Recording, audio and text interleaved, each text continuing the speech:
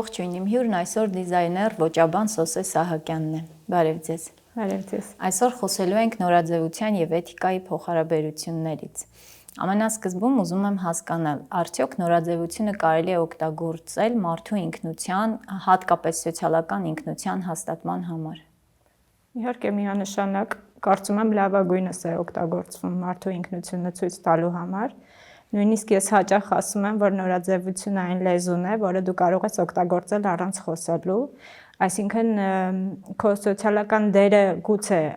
լիովին ցույց չտա, բայց ամեն դեպքում քո եսի մասին շատ բան է խոսում հենց քո հագուստը։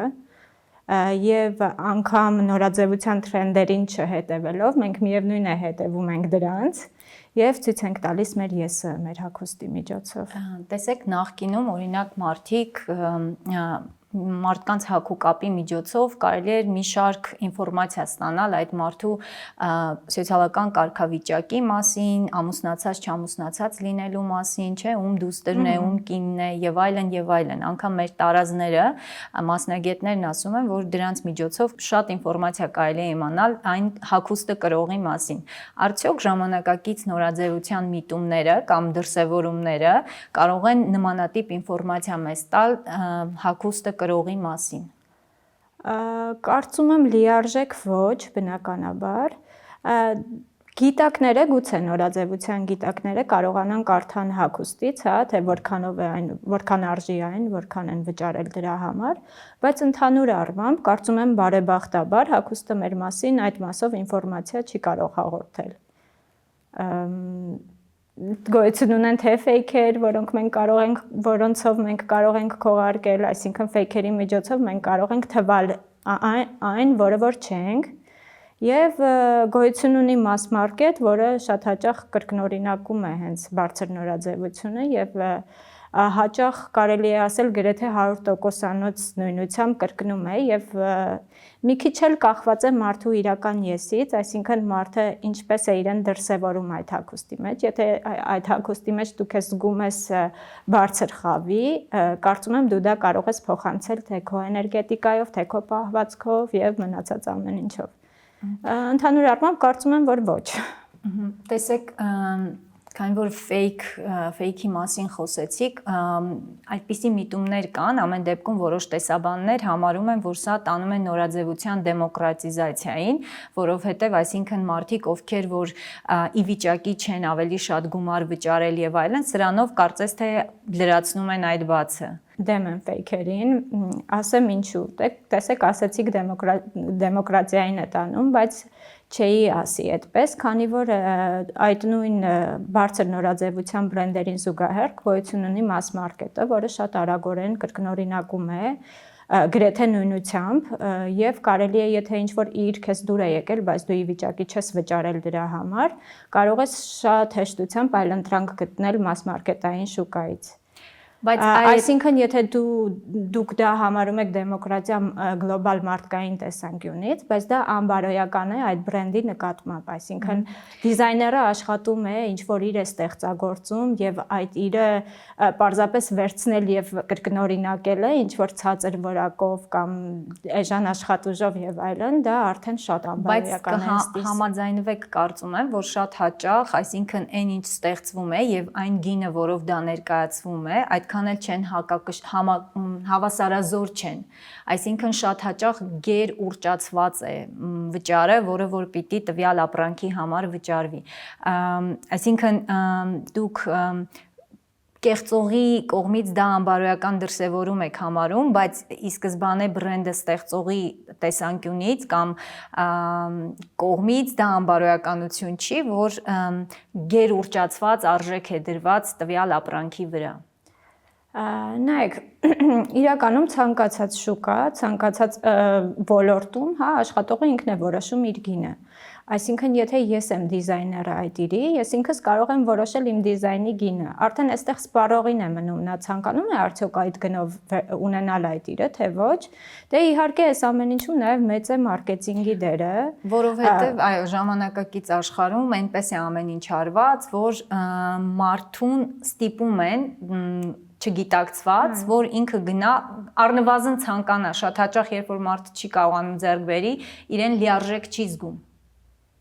Կարելի է ասել, որ ճիշտ եք։ Դե այդտեղ արդեն կարծում եմ յուրաքանչյուրիս դերն է ինքներս մեզ կրթել անհատապես, այսինքն եթե մենք լինենք ինքնաբավ անհատ, մենք գիտակից անհատ լինենք, մենք կարող ենք այդ ամենը շատ հեշտ զանազանել եւ գտնել շատ հեշտ այլընտրանք։ Եթե ես X բրենդի պայուսակը չեմ կարող ձեռք բերել, որովհետեւ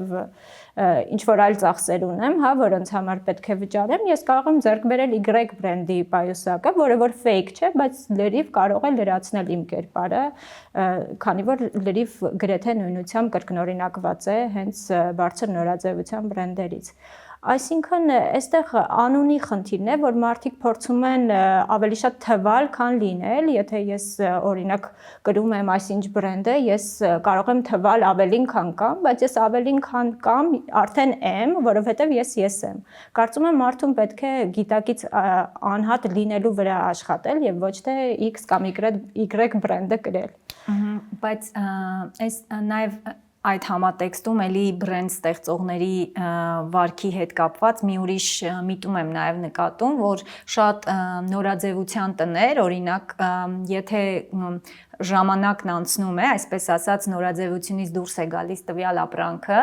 ապա կան նորաձևության տներ, որոնք գնիչեցումներ են անում եւ վաճառում են, կամ նվիրատվություններ են անում, բայց նաև դրան զուգահեռ կան բավականին հայտնի նորաձևության տներ, որոնք ամբողջությամբ ոչնչացնում են ապրանքը։ Բարոյականության համատեքստում ինչքանով է ընդունելի նման վարքը։ Դե եթե խոսում ենք բարոյականության համատեքստում, բնականաբար ընդունելի չէ, քանի որ հսկայական ռեսուրսներ են ծախսվում այդ ամեն ինչը ստեղծելու վրա եւ իրականում մեծ վնասներ են հասցվում, հա, երկիր մոլորակին եւ դա վերացնելը պարզապես անբարոյական է։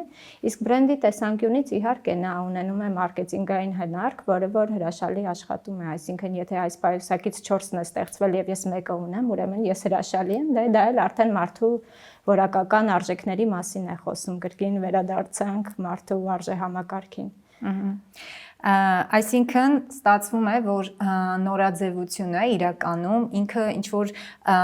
թվացial կերպարներ է ստեղծում, սկսում է այդ թվացial կերպարները գովազդել, պրոպագանդել, մարքեթինգի ամենատարբեր հնարների միջոցով, մեզ մոտ այդ պատրանքը, այդ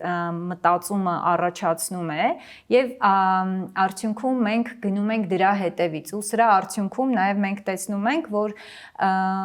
իհարկե միտումը բավականին փոխվել է ժամանակակից նորաձևության համատեքստում, որովհետև նախկինում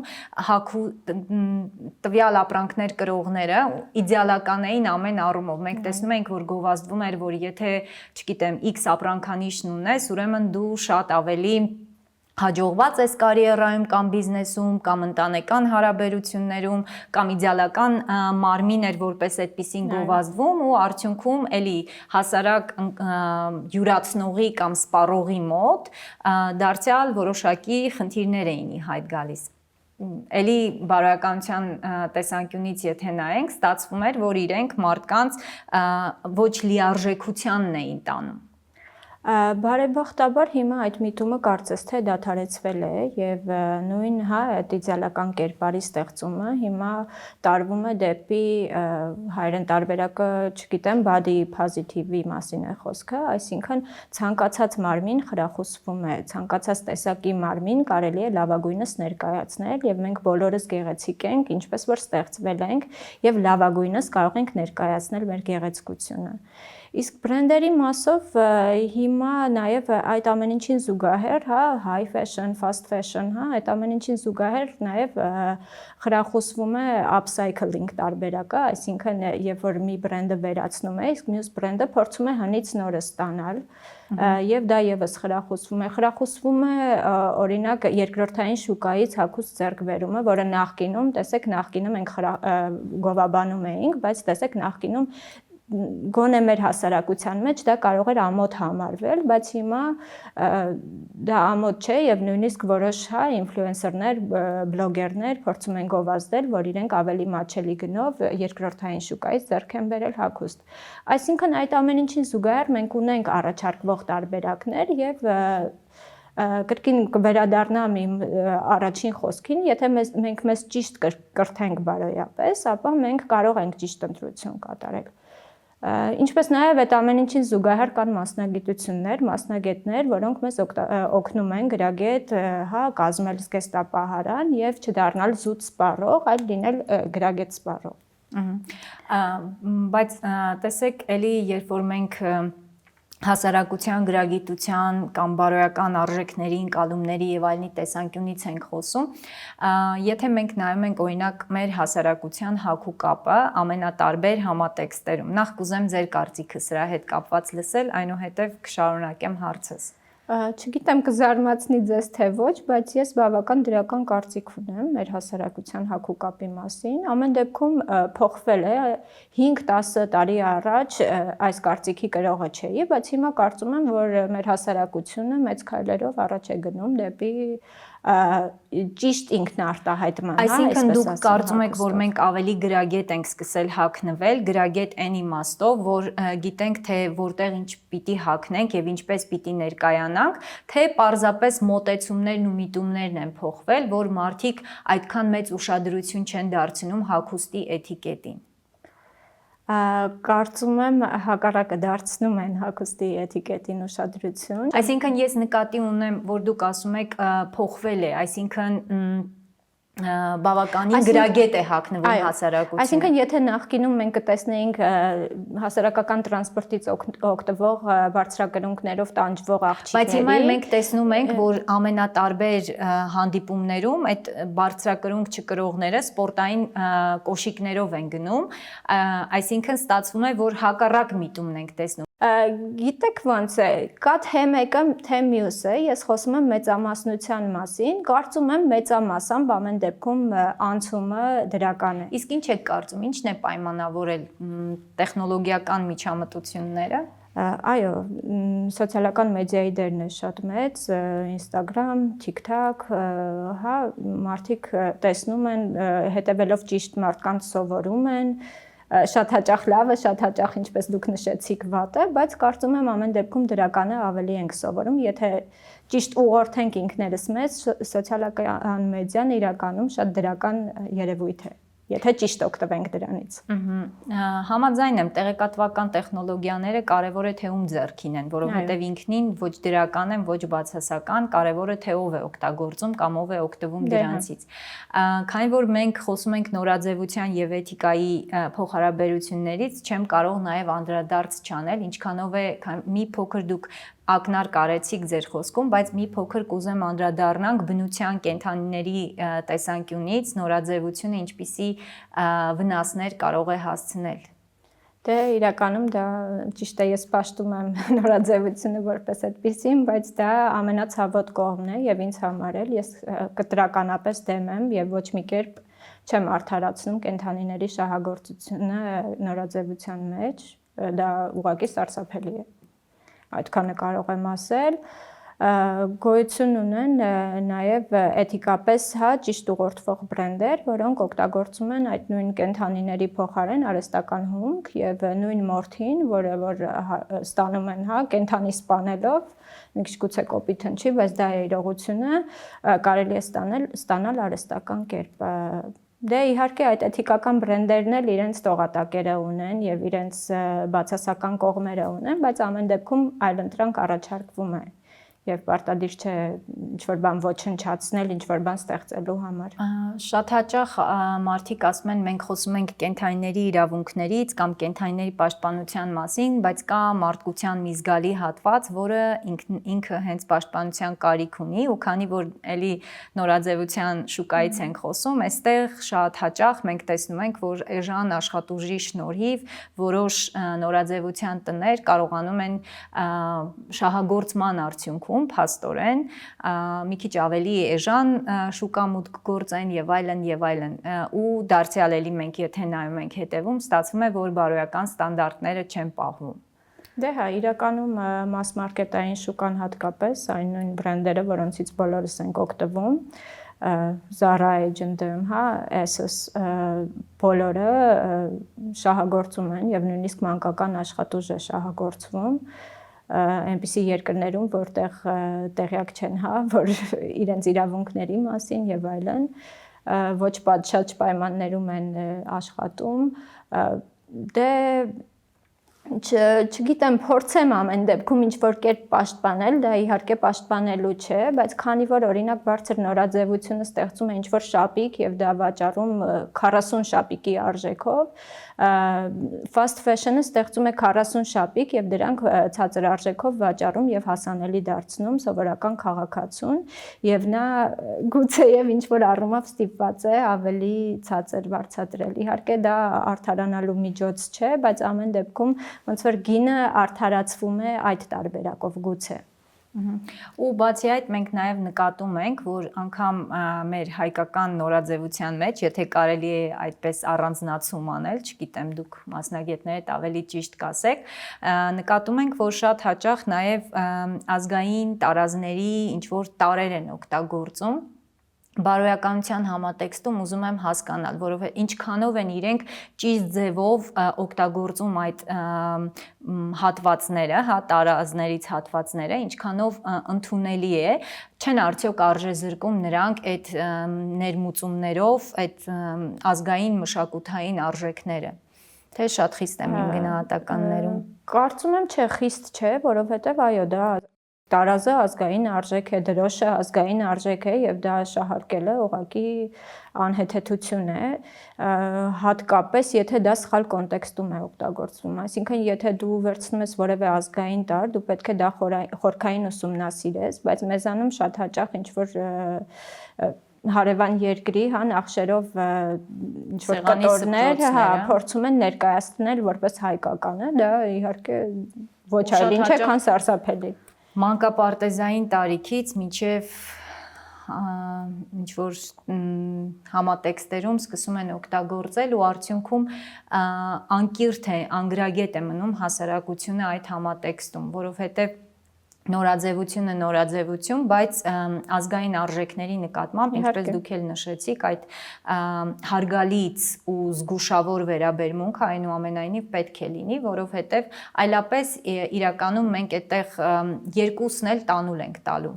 Եվ նորաձևություն, որպես այդպիսի նորաձևություն չի լինի եւ արդյունքում կարժեզրկենք այդ ազգային արժեքները, այո։ Այսինքն, տեսեք, մենք շատ հաճախ հասարակության տեսանկյունից մի քիչ ավելի պաշտպանողական դիրք գրավեմ, հա, հասարակությանը փորձեմ պաշտպանել։ Տեսեք, երբ որ մենք խոսում ենք հասարակ սպառողի մասին, սպառողը ինքը իրավունք ունի լինել անգրագետ, այսպես ասեմ, որովհետեւ ինքը սպառողն է եւ հասարակության ցանկացած շերտ կարող է սպառողի կարգավիճակում հայտնվել, բայց ներկայացնողը, ստեղծողը ինքը պրոֆեսիոնալն է, գոնե թվացյալ այդ հարաբերություններում, հետևապես ողջ պատասխանատվությունը իրականում ընկնում է ստեղծողի ուսերին, որովհետև ինքն է ստեղծողը եւ ինքը պիտի վերցնի այդ պատասխանատվությունը, այսինքն մենք շատ հաճախ ասում ենք, եթե մարդիկ չսպառեին, ինչ որ X ապրանքանիշը չէր ստեղծվի, բայց երբ որ ստեղծվել է, մարդիկ շատ հաճախ չի որ հետևողական կլինեն, շատ ավելի հիմնականում չեն լինի, խորքային կուսումնասիրեն եւ այլն ու այդ համատեքստում, ինչպես դուք նշեցիք, ժամանակակից իրականության մեջ ինչ որ ինֆլուենսեր կոչվածներ կարող են գովազդել, մարքեթինգ անել եւ այլն ու արդյունքում ստացվի, որ այդ կեղծ պսևդո ինչ որ դրսևորում գնա ազգային նախշի կամ ազգային ինչ որ տարի անվան տակ ու արդյունքում ստացվի, որ մենք ոչ միայն արժեզրկեցինք, այլ նաև շատ խորը բարոյական խնդիր կա այստեղ։ Եվ ձեր ասածին զուգահեռ ասեմ, որ նույնիսկ էկոլոգիապես մաքուր, հա, էկո այսպես կոչված պրոդուկտները, որոնք այսպես կանաչ պիտակով են ներկայացվում, մենք որպես սպառող շատ հաճախ տեսնելով այդ կանաչ պիտակը, հա, վազում ենք դրա հետևից, բայց դա էլ իր խնդիրները ունի, այսինքն հենց այդ green washing, հա, տարբերակը, երբ որ փորձում են խաբեության գնալ եւ այդ կանաչ պիտակով խաբել սպառողին, իբրև թե էկոլոգիապես, հա, մաքուր եւ այլն հագուստ են վաճառում, բայց եթե խորանանք այդ պիտակի մեջ, ինչը սպառողը չի անում, այդ նույն բամբակը, որը որ հագուստը, որը որ ստեղծված է իբրև թե մաքուր բամբակից, բայց արդյոք ինչ պայմաններում են ապրում այդ աշխատողները, ինչ պայմաններում են աշխատում, ինչ պայմաններում են այդ բամբակը աճեցնում, հավաքում, արդյոք ճիշտ են վարձատրվում եւ այլն եւ այլն։ Այսինքն, եթե ցանկացած բան այդպես խորքային ուսումնասիրես, կստացվի, որ 90%-ով, հա, չես օգտվի, եթե գալիս ենք չօգտվելուն, կստացվի, որ այդ ամեն ինչը մեզ բերում է չօգտվելուն, բայց բնականաբար սպառողը պարզապես ուզում է սիրուն շորիկ հագնի ու գեղեցիկ լինի եւ նրան այդ ամենը կարող է չհետաքրքրել։ Արտադրողի ուսերին է այդ ամեն ինչը եւ մենք կարծում եմ 90%-ով չունենք այդքան բարոյական արտադրող։ Ու բացի այդ, տեսեք, մենք քանի որ դարձյալ սպառողներից ենք խոսում, մի հետաքրքիր միտում էլ կա, էլի մարքեթինգի եւ գովազդների արդյունքում, այսինքն մեր հասարակության մեջ առհասարակ ընդունված է, որ մենք հագուստը նաև կարող ենք նույնականացնել բարոյականության հետ, մարդու բարոյականության հետ, բայց նաև եթե այդ ամենը նորաձև է, որպես կանոն ավելի ներողամիտ ենք, այսպես ասեմ, դրա այդ ամեն ինչի նկատմամբ։ Այս համատեքստի մասին ինչ կասեք։ Գիտեք ոնց, նորաձևը, հա, գուցե ինչ-որ առումով համաձայն եմ, բայց ավելի շուտ նորաձևը կփոխարինեի, եթե սազում է, հա, եթե համապատասխան է մեր մարմնին, այսինքն եթե ինչ-որ կին հաշվի չառնելով իր ֆիզիկական տվյալները կրում է ինչ-որ կենդանական պրինտով լեգինսներ, դա տգեղ է, բայց այդ նույնը կարող է գեղեցիկ նայվել ճիշտ մարմնի դեպքում, ես body positive-ի կողմնակից եմ, բայց բոլորս էլ պետք է գիտակցենք մեր մարմնական կառուցվածքը եւ դա լավագույնս ներկայացնենք, իսկ նշածս տարբերակում դա լավագույնս չենք ներկայացնում։ Ու էլի այստեղ մի ուրիշ բան էլ, օրինակ անգամ երբ որ երեխայի համար հագուստ են գնում, չէ, նորածինների, որպես կանոն կա այդպիսի տարբերակում, չէ, գունային երկնագույնը տղաների համար է, վարդագույնը։ Ես հիշում եմ, որ գնացել էի բալիկիս համար շոր գնելու, ժապավեններ էին ու ինձ հարցրեցին ինչ է սեռը երեխայի, ասացի տղա, բայց ժապավեններով ինչ որ հագուստ է առաջարկում վաճառողին, ասում եմ, բայց սա աղջկա է, ասում եմ, բայց կապույտ է, այսինքն անգամ չէր խորացել, թե ինչ աքսեսուարներ կան, բայց այս ամեն ինչի համատեքստում հիմա մի հատ ուրիշ հակառակ միտումը կա, այսինքն բացարձակ հաշվի չի առնվում որևէ սեռային ինքնություն, հա, գենդերային ինքնություն, այսպես ասեմ, այսինքն շատ նորաձևության տներ անգամ հագուստ արտադրում են որևէ կերպ չնույնականացնելով որևէ սեռի հետ, ինչ միտում է սա, ուր է ուզում տանել։ Դե կարծում եմ դա արդեն անհատի որպես անհատ մեր ազատության մասին է եւ գենդերային չեզոք հագուստը թույլ է տալիս, հա, եթե թույլ է տալիս տղամարդկանց կրել կիսաշրջազգեստ, կանանց կրել, հա, կայուն ուսերով պիջակներ, ճիշտն ասած ես մի փոքր, չգիտեմ, գուցե քարկոծվեմ, բայց տոլերանտ եմ այս հարցում եւ եթե դու տղամարդ ես, բայց ունես այդ կիսաշրջազգեստը կրելու ցանկություն, իսեր Աստծո կրիր դա, այսինքն ազատ ես դու որպես անհատ, հա։ Արդյոք դա ազատության դրսևորում է, բայց Թերևս այո։ Թե այդպես մեսիջները գալիս են ու մենք գնում ենք դրա հետևից, որովհետև դուք դա դիտարկում եք որպես ազատության դրսևորում, բայց իրականում մեր ընկալական կամ մեր գիտակցական մակարդակում իրականում դա ազատության դրսևորման արդյունք չի, կարծում եմ, այսինքն մենք ավելի շատ հենց դառնում ենք անազատ կախվածության մեջ գտնվելով այդ առաջարկվածից։ Բայց չէ՞ որ մենք ազատ ենք ընտրել դա կամ չընտրել։ Այսինքն դու կարծում եք, որ ես գրքին վերադառնում եմ իմ սկզբնական ասածին, որ յուրաքանչյուրս մենք մեզ պետք է ճանաչենք եւ կրթենք որպես անհատ։ Եվ եթե մենք պատրաստ ենք, հա, ունենք այդ համարձակությունը կրելու այդ կիսաշրջազգեստը, ինչու ոչ։ Իհարկե մի քիչ շատ սյուր է հնչում հենց կիսաշրջազգեստի տարբերակում, բայց եթե ունենք այդ համարձակությունը, եթե կարող ենք դեմ գնալ, թող գնանք։ Ժամանակին, երբ որ բոլոր աղջիկները բարձրակրունկներով էին շրջում կամ տաբատներով էին շրջում, շատ կիսաշրջազգեստներով էին շրջում, հետո մեկը եկավ, ասեց ստոպ, մենք կարող ենք նաև տաբատ կրել, մենք կարող ենք աշխատել, մենք սա կարող ենք, նա կարող ենք, դա եւս շատ սյուր էր, բայց հիմա մենք հասանք այդ ամեն ինչին։ Միգուցե, չգիտեմ, դա լավ է թե վատ է, այստեղ կարծում եմ լավի ու վատի սուբյեկտիվ է, այո, լավի ու վատի մասին չի խոսքը։ Միգուցե, երբ որ այդ ամեն ինչը նորմալիզացվի, այսինքն ընկալվի որպես նորմա եւ յուրաքանչյուրը կարողանա կատարել առանց հասարակության հանդեպ այդ վախի, կարողանա կատարել իր ընտրությունը, իր գիտակից ընտրությունը, գուցե մենք արդեն ավելի քիչ ունենանք, հա, այդ շեղումները մեր այսինքն նաև շատ հաճախ նորմայից, ճնշումը հասարակական բերում է ծայրահեղ դրսևորումների եւ այդ ճնշման թուլացման պարագայում ծայրահեղությունը ավելի կստանդարտանա ու մենք կհասնենք ինչ որ միջին վիճակագրական վիճակների։ Գուցե ինչ որ պահի պայթի, հա, ամբոստություն որպես չգիտեմ, շատ ժամանակ ըմբոստանում են ներողություն գուցե ինչ որ պահի պայթի, բայց ամեն դեպքում կնորմալիզացվի, ինչ որ բան պետք է ոչնչացնել, հա, կոպիտ ասած, պետք է ոչնչացնել նորը ստեղծելու համար։ Այսինքն ես գտնում եմ, որ յուրաքանչյուր անհատ պետք է արտահայտվի հենց այնպես, ինչպես որ կա։ Չխաղա հասարակության համար, չխաղա ընտանիքի համար, դիմացինին հաճելի լինելու համար, եթե ես չգիտեմ, ինձ լավ եմ զգում այս տղամարդու պիջակով, ինչու ոչ։ Բայց նաև այստեղ մի կարևոր հանգամանք կա, որ մենք բոլորս սոցիալական էակներ ենք ու ապրում ենք հասարակության մեջ եւ հասարակության կողքին, երբեմն նաև հասարակության համար ու հետեւապես ընդհանրապես հաշվի չառնելը կարծում եմ դա էլ մեկ ուրիշ ծայրահեղության կարող է հասցնել մարդուն, բայց ինչևէ, տեսեք ռուսներն այսպիսի խոսք ունեին, ասում էին հագուստով դիմավորում են, խելքով ճանապարհում։ Ինչ կասեք սրա մասին։ Ես կարծում եմ, որ խելքով պետք է հասնել հագուստի ընտրությանը, այսինքն պետք է սկզբում ունենալ այդ խելքը, ընտրել դրան համապատասխան հագուստ եւ հետո ներկայանալ այդ հագուստով։ Այսինքն այստեղ երբ որ հագուստը խոսում է քո փոխարեն եւ հետո դու ես խոսում, այդտեղ արդեն շատ հեշտ է բալանսավորել, հա, այդ ամեն ինչը։ Ժամանակակից իրականության մեջ շատ են ինչ որ անձի բրենդավորում ու դա շատ հաճախ սկսվում եւ ավարտում է զգեստապահարանը ինչ որ մի փոքր թարմացնելով եւ այլն։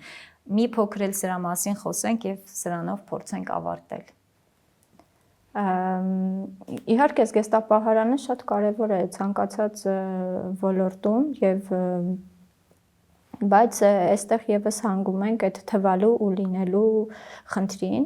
կոնկրետ ես աշխատում եմ հաճախորդների հետ եւ փորձում եմ գտնել իրենց, հա, եթե նույնիսկ իրենք իրենց չեն գտել, փորձում եմ գտնել իրենց եւ դնել այդ զգեստապահարանի մեջ։ Այստեղ պետք է յուրաքանչյուրը ինքը իրեն գտնի եւ ճիշտ զգեստապահարանի մեջ դնի, կառուցի ճիշտ զգեստապահարան իր աշխատելավոճին, իր ապրելավոճին, իր կյանքի որակին, հա, տեսակին համապատասխան եւ կարծում եմ այդ դեպքում խնդիրներ չենք ունենա որպես այդպեսին։ Շնորհակալ եմ։ Ես էլ եմ շնորհակալ։